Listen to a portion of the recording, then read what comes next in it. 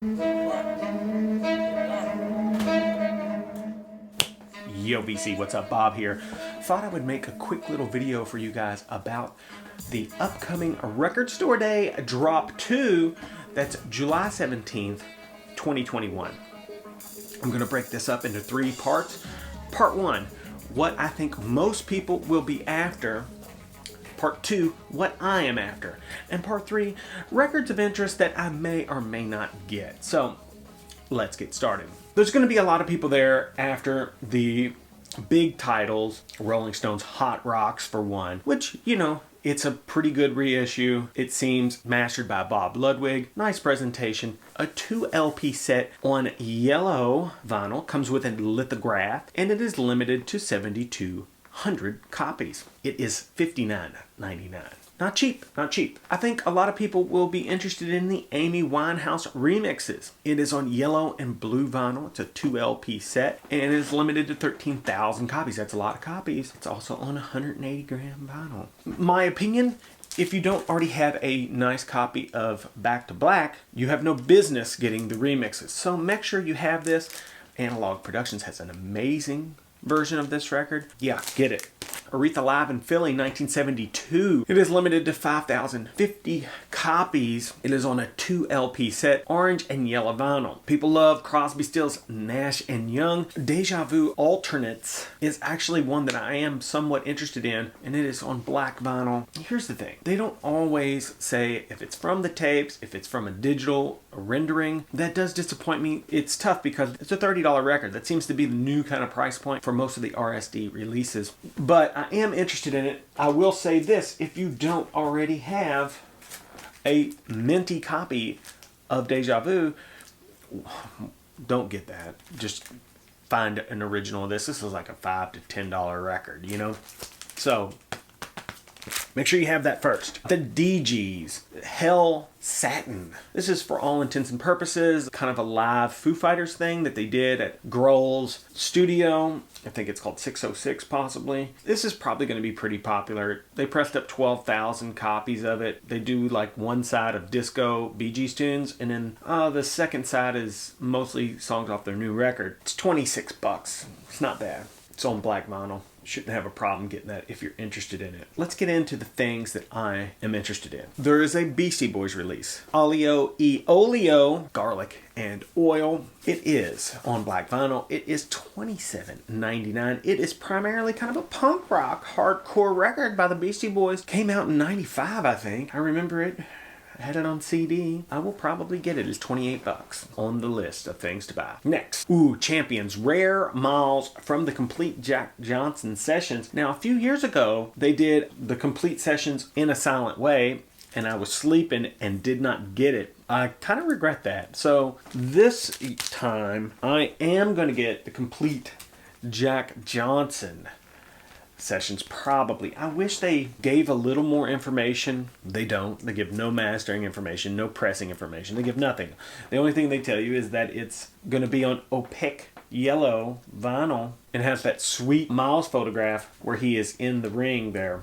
That might be a Jim Marshall photograph. It's $25. I'm definitely getting that. I would regret it if I didn't. This is Ann Peebles. This is a record of cover tunes. Little Isley's on there. I believe It's Your Thing, maybe. She does Chain of Fools. She does quite a few tunes. It's pretty good. This is a highly coveted record. It's very expensive on Discogs. In the median, it is selling for $207.50. The high is $300, and there's currently one for sale for $599.40.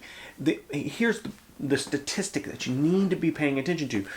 78 people have it, 740 people want it. So if you're looking for something that's kind of rarefied air, unobtainium, the Ann Peebles record, that's a pretty good record to get.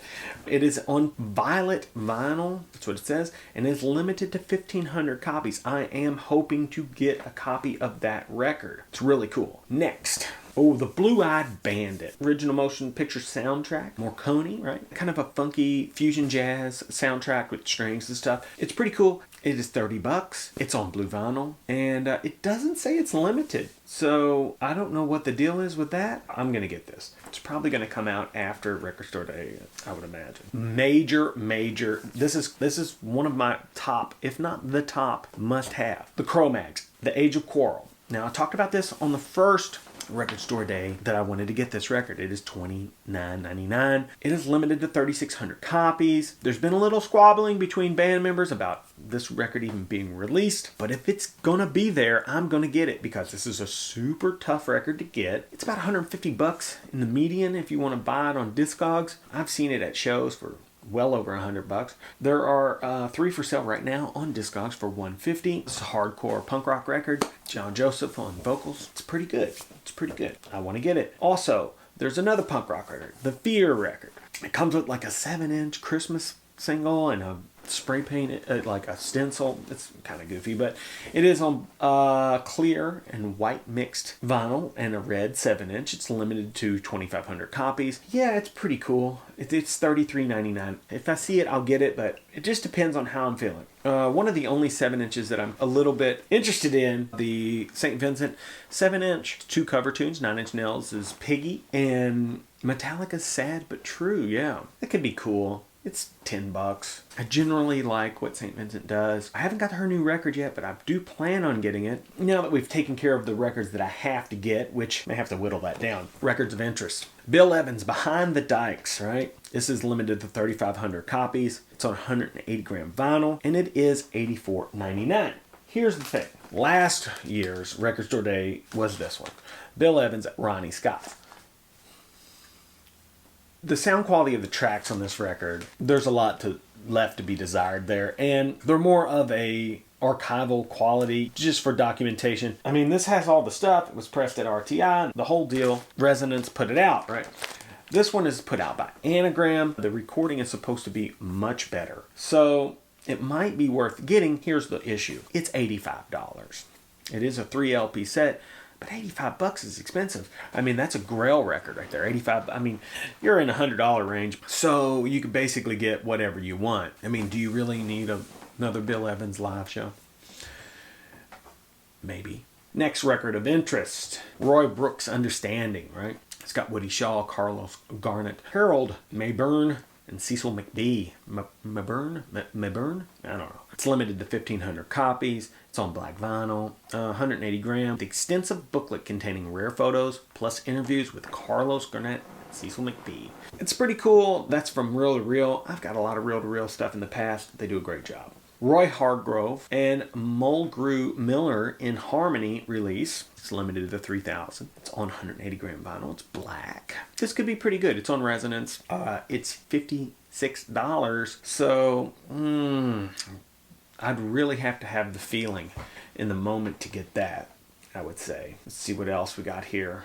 Ah, yes. The Sun, Moon, and Herbs by Dr. John. The deluxe 50th anniversary edition, right? This is a 3 LP set. They recently found some extra tracks and some cans, and they decided to put the record together the way that it was originally envisioned by Dr. John. This is a Rhino release. It's on black vinyl. It's limited to 3,000. It is $57. Now, here's the rub with this. Did they do it directly from the tapes, or did they go to digital? We don't know. They didn't say. Also, you can get an original pressing in pretty great condition for, around this price. Furthermore, Speaker's Corner did a all analog reissue just a few years ago that you can get for around $40 on Discogs. Mint, sometimes sealed. And it is all analog, mastered and cut by Kevin Gray. So $57 on this 3 LP set. Now, the InGroove did a great unboxing on this, and the jacket and everything looks really cool, good quality, nice pressings. You do have options on that. Another record of interest is this Dinner Party Dessert fusion of hip hop and jazz artists. It's on Lemonade Fruit Punch Splatter, limited to 2,000 copies. Robert Glasper, Kamasi Washington, Herbie Hancock are all featured on this record, so could be pretty cool. There's just no telling what's going to happen when I get there. Those are the things that I'm interested in. We'll see what happens. So until we meet again, that's right, folks. Bob out.